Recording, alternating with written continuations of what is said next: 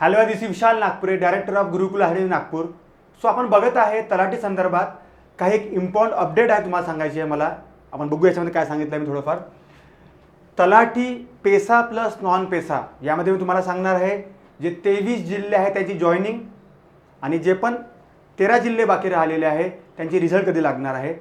यामध्ये मागील 2-3 दिवसापासून आपले जे विद्यार्थी आहेत पुण्यामध्ये, तुम्हाला मी स्पेसिफिक नाव सांगत नाही, अधिकाऱ्यांना भेटले आणि खूप पॉझिटिव्ह रिस्पॉन्स आलेला आहे. पण मला असं वाटतं की आता सर्व शांत राहायला पाहिजे.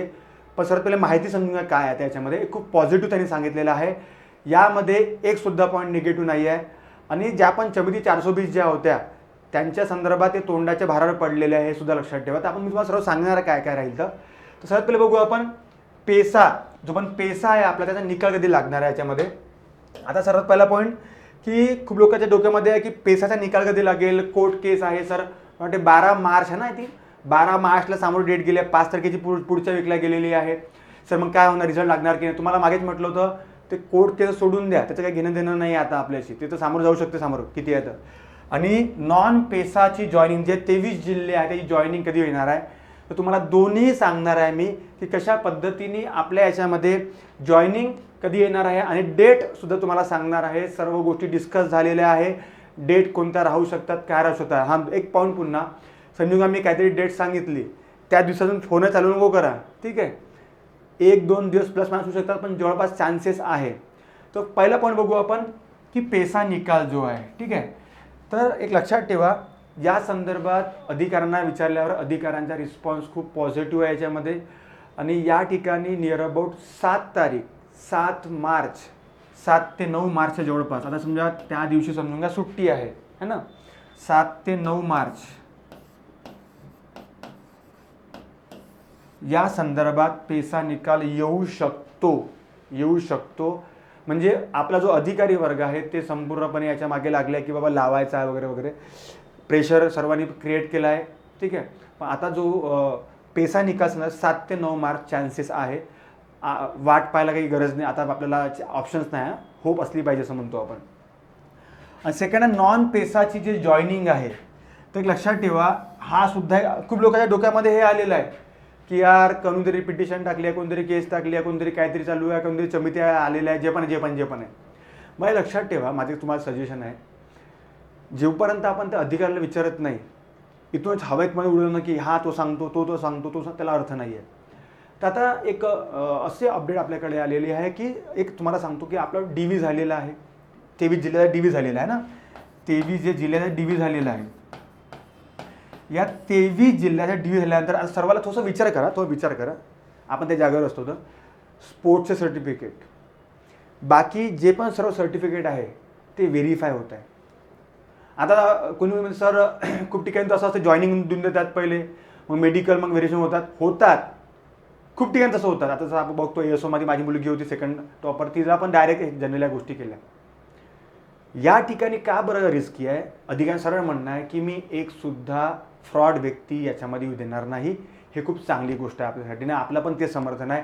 एक सुद्धा फ्रॉड व्यक्ती यामध्ये आला नाही पाहिजे, कारण एकामुळे पूर्ण नाव खराब होऊ शकते तलाठीचं. तर बायोमॅट्रिक पण सर्व गोष्टी झालेल्या आहेत 23 जिल्ह्यामधल्या मुलांच्या.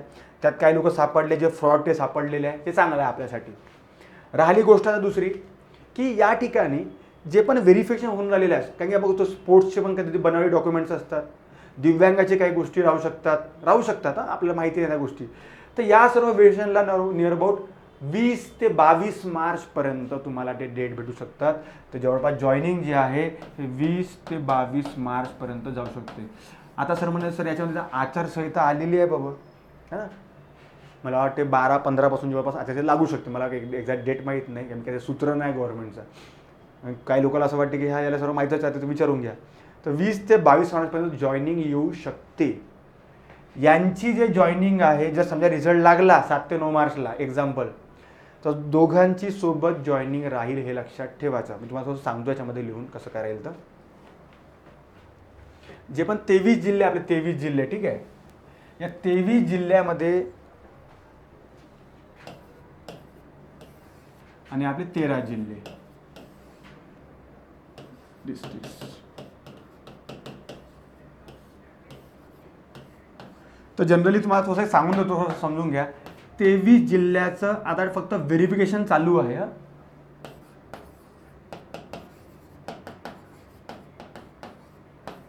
व्हेरिफिकेशन चालू असल्यामुळे याला नियर अबाउट 20 ते 22 मार्च या दरम्यान जवळपास हे होऊ शकते.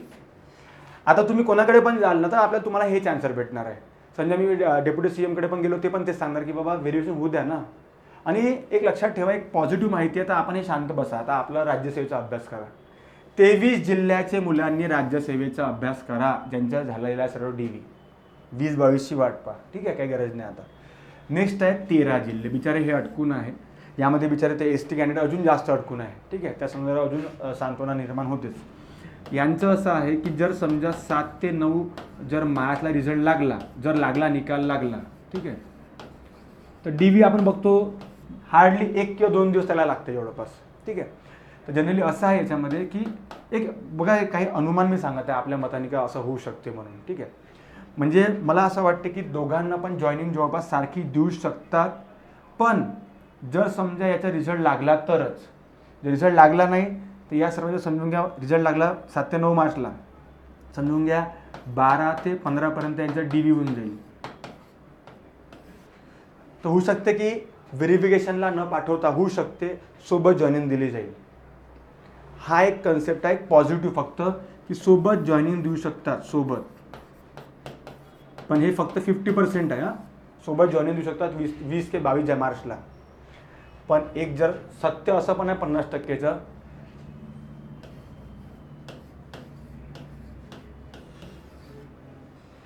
एक सत्य असं पण आहे ओन्ली जून,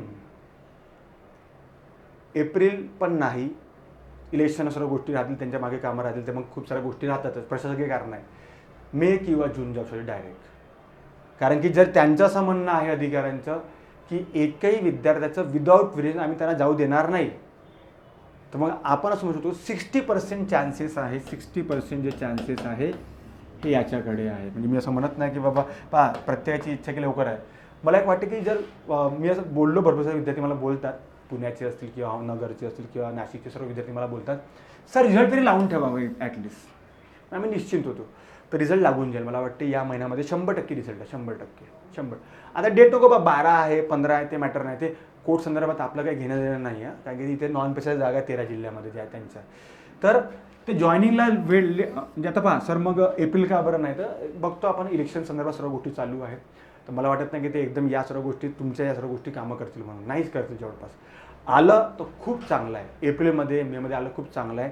हे तुझं डायरेक्ट जूनमध्ये चाललं जाईल, डायरेक्ट जूनमध्ये. कारण की मग ते मेमध्ये मला वाटतं कोणते कामं होतच नाही जवळपास या संदर्भातले. तर मला असं वाटते बरं. पण माझे एक तेही आहे की मार्च एंडिंगला किंवा मार्च टू एप्रिल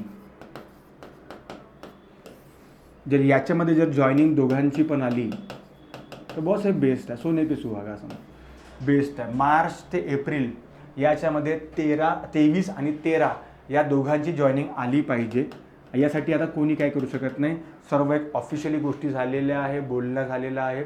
त्यामुळे यांना एकच काम करायचं, यांना काय करायचं आहे, वेट करायचं आहे, आपला अभ्यास करायचा आहे, MPSCचा आपला अभ्यास करा. मला हे सर्व माहिती आहे की मी मुद्दा पण असा उचलला होता की सर्व विद्यार्थी MPSC मेन्स दिलेले आहेत, कंबाईन मेन्स दिलेले आहे. तर आपलं काम आहे की MPSC कंबाईन असेल राज्यसेवेचे आपले एक्झाम देणे आहे, आपली एक्झाम पण आहे ना.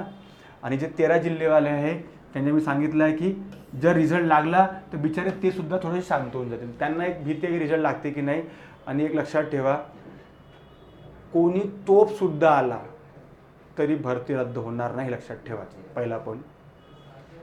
काही लोक काही निगेटिव्ह जे बोलत आहे चमिती 420 जे पण आहे, चमिती ज्याला म्हणतो आपण आपल्या भाषेत, काही करणार नाही, ठीक आहे. त्यामुळे टेन्शन नको घ्या. इथे पिटिशन आहे तिथे पिटिशन आहे, काही मॅटर करत नाही. या कारणामुळे आपलं काम आहे की मला वाटतं सर्व क्लिअर झालं असेल सर्वांना. 23चं काय 13चं काय जॉईनिंग काय, मी जॉईनिंगबद्दल बोललो, जॉईनिंग आहे यांची लवकर. कारण पाहिजे व्हेरिफिकेशन चालू आहे सर्व पूर्ण एक एक डॉक्युमेंटचं आणि गरजेचं आहे. बघा लक्षात ठेवा, हे गरजेचं आहे बॉस. हे प्रत्येक वेळेस होते. फरक असा होते की जॉईनिंग झाल्यानंतर व्हेरिफिकेशन होते खूप वेळेस 90%. पण ऑलरेडी लोकांनी इतके डाग बोट लावलेले आहे, किचड उचललेलं आहे तर मला असं वाटतं की ठीक आहे, होऊ द्या, काही प्रॉब्लेम नाही. तोपर्यंत आपली राज्यसेवेची एक्झाम होते आणि कंबाईनची एक्झाम होते, है ना. तर आपण अशा पद्धतीने आपण बघितलं की आपले जे पेसा कॅन्डिडेट आहेत त्यांनी शांत राहा आणि मला असं वाटतं की आता थोडंसं रिलॅक्स व्हा. मला एक माहिती आहे की प्रत्येक विद्यार्थी, प्रत्येक मुलगा असेल, मुलगी असेल, सर्व जे तलाठी, जे भावी अधिकारी, जे अधिकारी बनणार असेल ऑब्वियस 100%, हे सर्वांचं मानसिक खच्चीकरण झालेलं आहे, डिप्रेशनमध्ये आहे. रोज त्यांना त्याचे झोपा नाही आहेत. मी म्हटलं होतं मागच्याच की टेलिग्राम एवढं वापरून टाकलं, कधी वापरलं नसेल. ग्रुप्स असेल, कोणाला मेसेज करणं असेल, मला कोणी ओळखत नाही, पण ठीक आहे, प्रत्येक वेळेस बाबा काहीतरी आशा असेल, बाबा आशा किरण विचारून घ्या सरांना. तर एक तुमच्या भावनांची कदर मी तुम्हाला करतो. मग तुम्हाला मी एक व्हिडिओ बनवला आहे संदर्भात. या संदर्भात अपडेट सर्व समजलेली आहे. 7 ते 9 मार्च डोक्यात ठेवा. जर नाही आलं तर टेन्शन घ्यायची गरज नाही. रिझल्ट लावायचा प्रयत्न चालू आहे. मेन गोष्ट अशा एका व्यक्तीने आपल्याला म्हटलं की चालू आहे तर टेन्शन नाही आहे. तुम्ही, मला त्यांच्यावर विश्वास आहे असं म्हणू शकतो मी, चांगल्या पद्धतीने, खूप चांगला आहे विश्वास. आणि सेकंड आहे की बाबा 20 ते 22 जॉईनिंगसुद्धा येऊ शकते.